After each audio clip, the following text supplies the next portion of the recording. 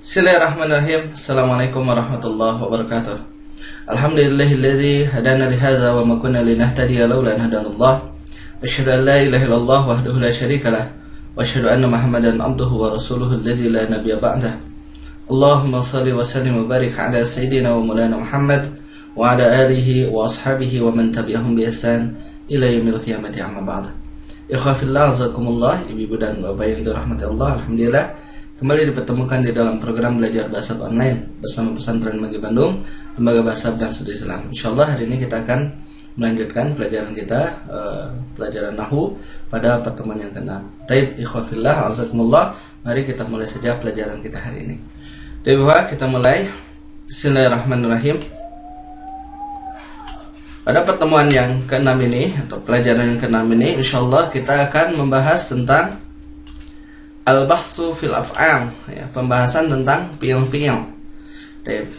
Pada beberapa pertemuan sebelumnya, ya, dari mulai pertemuan pertama sampai dengan terakhir pertemuan yang kelima, kita sudah membahas tentang isim, ya, baik itu isim yang bersifat mu'rab maupun yang bersifat mabni, gitu.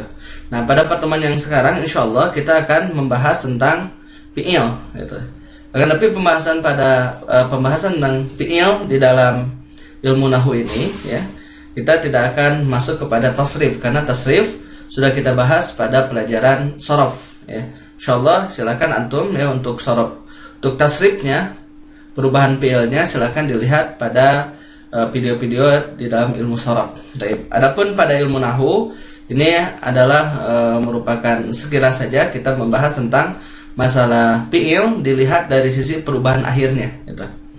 Ya, dilihat dari sisi perubahan akhirnya. Sementara kalau di dalam ilmu sorof, ya, kita mempelajari tentang perubahan bentuknya, ya, dari satu bentuk, ya, ke dalam bentuk yang lain. Dari misalkan tadinya untuk dhamir huwa menjadi untuk dhamir huma dan seterusnya. Adapun kalau di dalam ilmu nahwu kita mempelajari dari sisi perubahan akhirnya. Nanti ada fi'il yang bersifat mabni, kemudian ada fi'il yang bersifat mu'rab seperti itu. Nah, anwa'ul fi'li, macam-macam fi'il. Fi'il terbagi tiga, ikhwah, ya. Ada yang namakan dengan al-fi'lul madi, ya, fi'il madi. Kemudian yang kedua al-fi'lul mudhari', ya, fi'il mudhari'. Kemudian yang satu lagi dinamakan dengan fi'il amr, ya. Apa itu al-fi'lul madi? Fi'il madi adalah kata kerja untuk waktu lampau. Jadi dia menunjukkan kepada waktu yang telah lalu. Ini adalah merupakan fi'il madi. Ya, kemudian yang selainnya adalah al-fi'lul mudhari'. Ya. Kalau fi'il mudhari ini adalah kata kerja untuk waktu sekarang atau akan datang.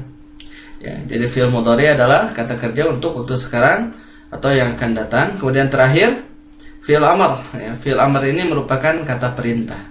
Seperti itu, ya. Nah, sekarang mari kita coba untuk lebih mendalaminya. Kita bahas dari sisi kaidahnya. Al-fi'lul madi huwa ma dalla ala hadatsin bi zamanil madi. Fi'il madi adalah, ya, kata kerja yang menunjukkan pada kejadian di waktu yang lampau, ya, telah lalu. Ini yang dinamakan dengan fi'il madi, ya. Contoh darasa. Darasa artinya telah belajar. Kemudian jalasa artinya telah duduk. Fataha telah membuka. Dan kataba telah menulis, seperti itu, ya. Jadi fi'il madhi adalah menunjukkan kepada waktu yang telah lalu, waktu lampau. Darasa telah belajar, jalasa telah duduk, fataha telah membuka, kemudian kataba telah menulis. Ini yang dinamakan dengan fi'il madhi. Itu kaidahnya, ya. Kemudian keterangan fi'il madhi terbagi ke dalam dua bentuk, yaitu fi'il madhi ma'lum, aktif, kemudian fi'il madhi majhul. Nah, penjelasannya bisa antum lihat, ya, dalam ilmu sharaf, ya. Dalam ilmu sharaf, di sana kita akan mendapati bagaimana yang bentuk fi'il madhi ma'lum, kemudian bagaimana bentuk fi'il madhi majhul itu bisa kita dapatkan dalam ilmu sharaf, ya. Jadi ma'lum aktif, kemudian kalau madhi majhul itu pasif. Kemudian sifat dari fi'il madhi ini adalah mabni, ya. Apa itu mabni? Tetap akhirnya, tidak berubah, ya. Jadi dalam satu bentuk, ya, misalkan untuk dhamir huwa, ya, contoh tadi kataba, ya. Kataba itu tetap bentuknya seperti itu, ya. Untuk dhamir yang sama, tidak bisa berubah menjadi katabu misalkan. Kalau katabu itu domirnya berbeda lagi. Ya, katabu ya, kan ujungnya berubah menjadi dhammah, ya itu berubah memiliki makna yang lain gitu. Oleh sebab itu maka sifat daripada fi'il madhi ini adalah mabni, tetap ujungnya, ya tidak dipengaruhi oleh amil. Nah, dan di sini penjelasan adapun bentuk perubahan dan penjelasan lebih mendalam bisa dilihat dalam video ilmu shorab dasar. Silahkan antum kembali lihat dalam video di dalam ilmu shorab, ya. Di sana dijelaskan tentang bentuk perubahannya tasrif daripada fi'il madhi ini. Kita lanjutkan ikhwah. Yang selanjutnya, ya, kita membahas tentang fi'il mudhari, ya. Kaidah dasarnya adalah fi'il mudhari. Al-fi'lul mudhari huwa ma dalla ala hadasin bi zamanil hali wal mustaqbali. Fi'il mudhari adalah kata kerja yang menunjukkan pada kejadian di waktu sekarang atau akan datang. Nah, ini yang dinamakan dengan fi'il mudhari.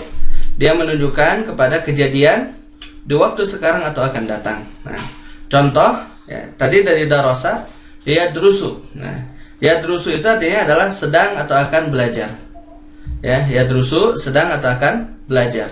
Kemudian yajlisu sedang atau akan duduk. Yaftahu sedang atau akan membuka. Kemudian yaktubu sedang atau akan menulis.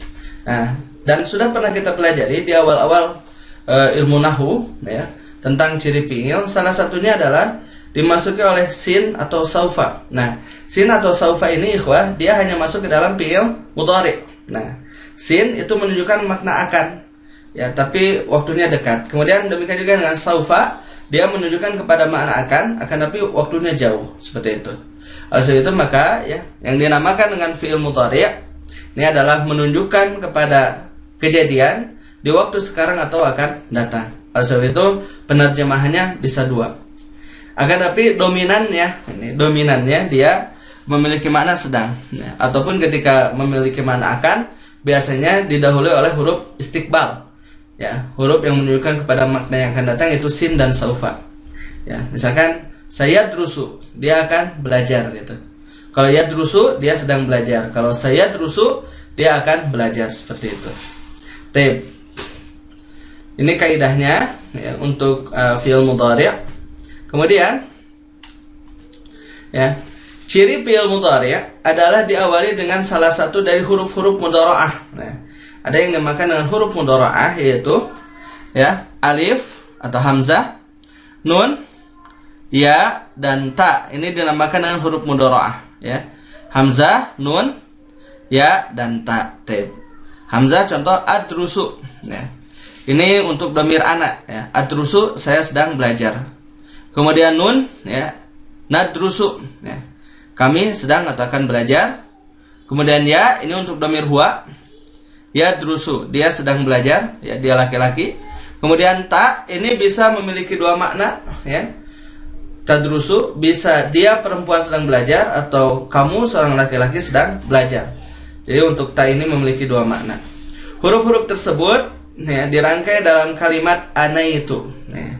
Anaitu, ya, hamzah, nun, ya, dan ta. Apa artinya daripada anaitu? Anaitu adalah artinya aku telah mendekat, seperti itu. Jadi jikalau ada fi'il, ya, dimulai dengan salah satu huruf ini, yaitu huruf mudhara'ah, hamzah, nun, ya, dan ta, kemudian dia memenuhi syarat sebagai fi'il mudhari', maka itu adalah merupakan fi'il mudhari'. Itu. Ya, jikalau dia memenuhi syarat sebagai fi'il mudhari', ya, karena ada juga, ya, fi'il madhi misalkan, ya, diawali dengan hamzah, ya. Ya, ada. Contohnya apa? Misalkan akala, adalah fi'il madhi, dia diawali dengan hamzah, tapi dia tidak memenuhi syarat sebagai fi'il mudhari karena dia adalah fi'il madhi. Kemudian nun misalkan nakaha, nah ini juga diawali dengan nun, dan tapi dia adalah merupakan fi'il madhi, gitu. Ya misalkan ya saro, itu adalah fi'il madhi, gitu. Kemudian ta misalkan tafiha, itu adalah merupakan fi'il madhi. Oleh sebab itu dia disebut fi'il mudhari apabila diawali dengan salah satu dari kelima huruf ini dan memenuhi syarat sebagai fi'il mudhari, gitu. Memenuhi syarat sebagai fi'il mudhari. Jadi cirinya ini dan memenuhi syarat sebagai fi'il mudhari. Kita lanjutkan. Ya. Keterangan Fi'il mudhari terbagi dalam dua bentuk, yaitu fi'il mudhari ma'lum, aktif. Kemudian yang kedua fi'il mudhari majhul, sama ya. Jadi ada dua bentuk dari fi'il mudhari ini. Ada fi'il mudhari ma'lum, ada fi'il mudhari majhul. Nah, kemudian sifat dari fi'il mudhari ini adalah mu'rab ya. Mu'rab. Ya. Apa itu mu'rab? Ini ini kesalahan ketik saja ikhwah ya. Sifat dari fi'il mudhari ini adalah mu'rab. Ya. Apa artinya mu'rab? Berubah akhirnya. Gitu. Ini kesalahan ketik saja ya. Berubah akhirnya. Adapun bentuk perubahan dan penjelasan lebih mendalam bisa dilihat di dalam ilmu sharaf seperti itu. Baik. Apa yang dinamakan dengan mu'rab bagi fi'il mudhari? Yang saya contohkan misalkan yadrusu. Itu kan untuk dhamir huwa. Ketika dia dimasukkan oleh an menjadi an yadrusa gitu. Ketika dia dimasukkan oleh lam menjadi lam yadrus gitu. Ya, jadi bisa berubah ujungnya dari dhammah menjadi fathah kemudian menjadi sukun. Seperti itu. Dan nanti kita akan mempelajari ya dalam pertemuan selanjutnya masih dalam ilmu nahwu ya. Ya, sebelumnya kita sudah membahas tentang ini ya, ada yang marfu, mansub ya, kemudian majrur dan mazum ya. Kemudian kita pernah bahas untuk fi'il itu ya, bentuk perubahannya adalah marfu, mansub dan mazum gitu. Marfu, mansub dan mazum. Nah, yang bisa berubah itu hanyalah fi'il mudhari ya. Dia bisa berubah ke dalam bentuk marfu, mansub dan mazum. Nah, disertai dengan datangnya amil ke dalamnya. Baik, insyaallah itu akan kita bahas pada pertemuan selanjutnya. Baik. Mari kita lanjutkan. Macam-macam fi'il mudhari, anwa'ul fi'lil mudhari ya. Ini terbagi dalam 3 bagian. Yang pertama sahih akhir, kemudian yang kedua mu'talul akhir, yang ketiga al-af'alul khamsah. Baik. Apa yang dinamakan dengan sahihul akhir ya? Yang dinamakan dengan sahihul akhir apabila dia diakhiri, apabila dia tidak diakhiri ya, dengan huruf ilat ya. Apabila dia tidak diakhiri dengan huruf ilat gitu. Apa itu huruf ilat? Nih, silakan dicatat. Huruf ilat itu ada 3: alif, wawu, dan ya, ya. Alif, wawu, dan ya. Apabila sebuah fi'il ya, apabila fi'il mudhari ini tidak diakhiri dengan ketiga huruf tersebut, yaitu alif, wawu, dan ya, maka dia sahih akhirnya. Apa sahih itu? Sehat ya, dia sehat akhirnya. Nah, huruf ilat itu adalah huruf yang berpenyakit ya. Apa penyakitnya? Penyakitnya itu ya, kalau alif ya, dia penyakitnya adalah ta'adzur. Ta'adzur itu sulit ya, repot, tidak bisa dimasukkan oleh harakat. Itu penyakit daripada huruf alif ya. Kemudian wawu dan ya itu adalah penyakitnya sikal ya. Apa itu sikal? Sikal ini berat. Nah, kalau yang dinamakan dengan fi'il mudhari sahih akhir, dia tidak dimasuki oleh ya, sekali lagi, dia tidak dimasuki oleh huruf ilat. Berarti setiap fi'il mudhari yang akhirnya tidak ada alif, wawu, dan ya, maka dia disebut sebagai fi'il mudhari sahih akhir. Itu. Ini contoh yalhabu. Nah, ini diakhiri oleh huruf ba, maka dia sehat ya. Yaktubu juga sama ya. Huruf ba. Kemudian yaftahu ini huruf ha. Yahmilu ini huruf lam. Yashkuru ini huruf ra. Nah, maka dia dinamakan dengan fi'il mudhari sahih akhir. Artinya sehat ya, ujungnya sehat. Nah ya, sementara kalau mu'tal akhir ya, ini kebalikan dari sahih akhir. Yang dinamakan dengan mu'tal akhir itu apabila di ujungnya dia diakhiri dengan salah satu dari huruf ilat ya. Mu'tal itu berpenyakit ya. Mu'talul akhir ya, berpenyakit di ujungnya. Nah, dia diakhiri dengan salah satu dari 3 huruf ilat, yaitu alif, wawu, dan ya itu. Nah, contoh ini yad'u itu. Yad'u dia adalah merupakan fi'il mudhari yang mu'tal ya. Aslinya yad'u itu.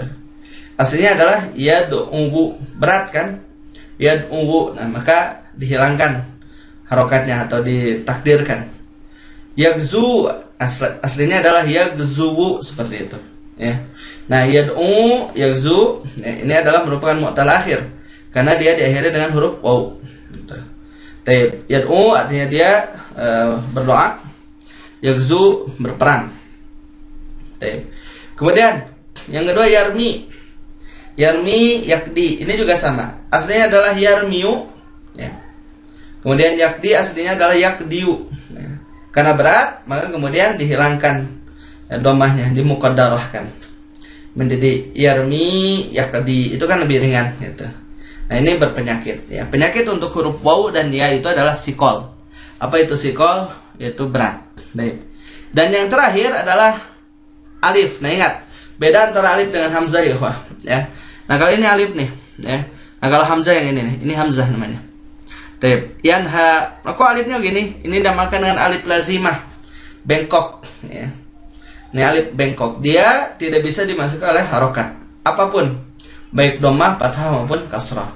Oleh itu maka ini disebut dengan mu'tal akhir, berpenyakit di ujungnya. Taib. Seulang, ya.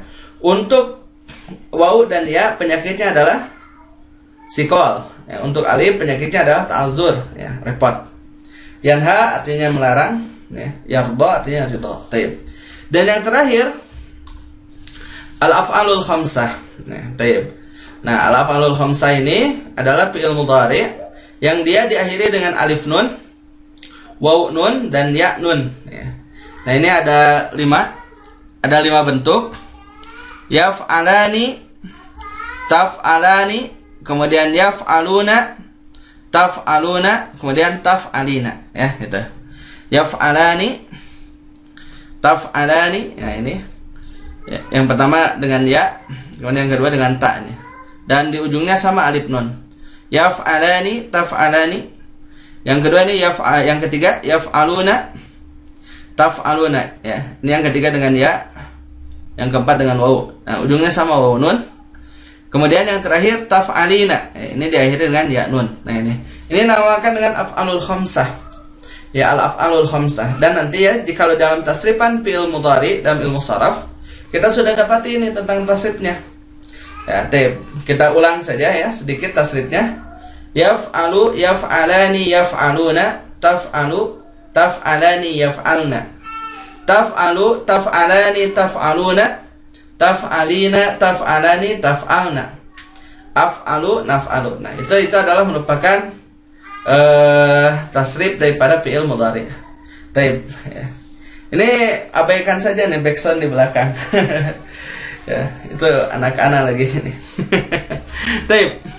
Kemudian yadhhabani, ya, ini. Nah, ini ketika dia tasrif ya. Yadhhabani.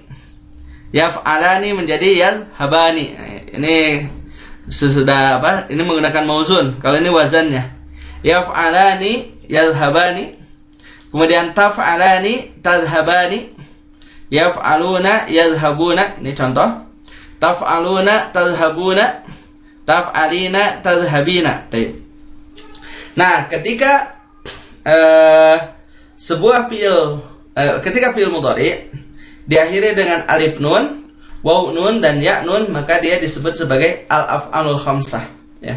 Fi'il yang 5, ya. Karena ya alif nun, ta alif nun, ya waw nun, ta waw nun gitu ya. Kemudian ta ya nun gitu. Saya tadi menyebutkan awal dan ujungnya. Nah, itu dinamakan al-af'alul khamsah. Nah, ini keseluruhan daripada fi'il mudhari ini dia disebut sebagai fi'il mudhari mu'rab, ya. Apa itu fi'il mudhari mu'rab? Dia berubah ujungnya, berubah akhirnya. Lah, fi'il mudhari mu'rab, apakah ada yang mabni? Ada, ikhwah, ya. Ada fi'il mudhari yang bersifat mabni, ya, bersifat tetap. Yang pertama apabila diakhiri dengan nun inas, yang kedua apabila diakhiri dengan nun taukid, ya, maka dia adalah merupakan fi'il mudhari yang bersifat mabni. Nah, adapun tiga ini, baik sahih akhir, mu'tal akhir maupun al-af'alul khamsah, itu adalah merupakan fi'il mudhari yang bersifat mu'rab, ya, berubah ujungnya. Baik. Dan nanti insyaallah akan kita pelajari tentang bentuk perubahannya. Ya, ada yang dibuang, ya, ada yang berubah harokatnya, ada yang dibuang akhirnya, ada yang dibuang nunnya. Insyaallah nanti kita akan pelajari. Baik, itu adalah al-af'alul khamsah. Baik.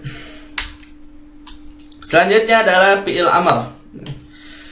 Fi'lul amri huwa ma dalla ala talabil fi'li ba'da zamanit takallum. Mislu udrus, ijlis, iftah, uktub. Fi'il amr adalah, ya, fi'il yang menunjukkan kepada permintaan untuk melakukan pekerjaan. Itu. Fi'il amr adalah fi'il yang menunjukkan kepada permintaan untuk melakukan suatu pekerjaan ba'da zamanit takallum, setelah waktu berbicara. Gitu. Misal ya, contoh udrus, ya, belajarlah. Nah ini, kapan melakukan? Setelah orang yang memerintah berbicara, udrus. Kemudian ijlis, ya, duduklah. Nah, kemudian iftah, bukalah. Uktub, tulislah, seperti itu. Nah, dia adalah merupakan permintaan untuk melakukan pekerjaan, ya, ba'da zamani takallum, setelah waktu berbicara. Taib. Kita lanjutkan sekarang. Nah, keterangan sifat daripada fi'il amr ini adalah mabni atau tetap akhirnya, insyaallah nanti kita akan pelajari. Adapun bentuk perubahan dan penjelasan lebih mendalam bisa dilihat di dalam video ilmu sharaf dasar. Taib, ikhwah, itu tadi kesimpulan fi'il terbagi 3, fi'il madi, fi'il mudhari, fi'il amr, ya. Fi'il madi dan fi'il amr sifatnya mabni, ya, sementara fi'il mudhari sifatnya mu'rab. Paham ya? Kemudian fi'il mudhari terbagi ke dalam 3 bagian, ya, sahih akhir, sehat ujungnya, kemudian mu'tal akhir, berpenyakit ujungnya, kemudian al-af'alul khamsah. Itu adalah fi'il mudhari yang bersifat mu'rab. Ada juga fi'il mudhari yang mabni, insyaallah nanti kita akan bahas, ya, yaitu apa? Fi'il mudhari yang diakhiri dengan nun inas dan nun taukid. Di dalam pelajaran nahwu untuk tentang pembahasan fi'il ini, saya tidak menyertakan latihan karena latihan-latihannya nanti ada di dalam pembahasan ilmu sharaf, ya. Jadi itu saja ikhwah untuk pertemuan hari ini. Dan jikalau ada sedikit backsound, ya, itu diabaikan saja, ya, kebetulan anak-anak lagi main. Buat antum ikhwah fillah yang ingin berpartisipasi dalam program ini, persilakan. Program Infak Bina Maki IBM untuk operasional dan pengembangan program Bank Mandiri dengan rekening 1310001344161 atau Bank Syariah Mandiri dengan nomor rekening 12570388854. Informasi di 085795955657 atau 082121493636. Taib, ihwafillah, itu tadi pelajaran kita hari ini. Mudah-mudahan bermanfaat bagi kita semua. Ala kulli hal, subhanakallahumma bihamdika, asyhadu an la ilaha illa anta, astaghfiruka wa atubu ilaik. Assalamualaikum warahmatullahi wabarakatuh. Ikhwafillah, azakumullah, ibu-ibu dan bapak-bapak yang dirahmati Allah, Anda bisa ikut berjuang bersama kami di dalam operasional dan pengembangan program pesantren Maki bahasa Arab dan studi Islam dengan program Infak Bina Maki.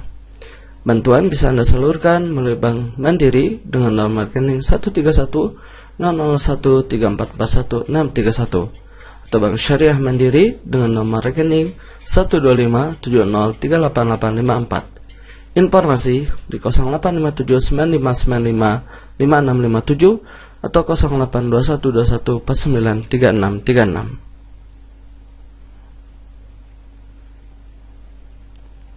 Anda juga bisa membantu untuk pembangunan Ma'had Ainul Qalbi Pesantren Maki Bandung, Lembaga Bahasa Arab dan Studi Islam dengan program wakaf tunai. Wakaf tunai bisa Anda salurkan melalui Bank Syariah Mandiri dengan rekening 704-966-2027 atas nama Yayasan Amal Mata Hati.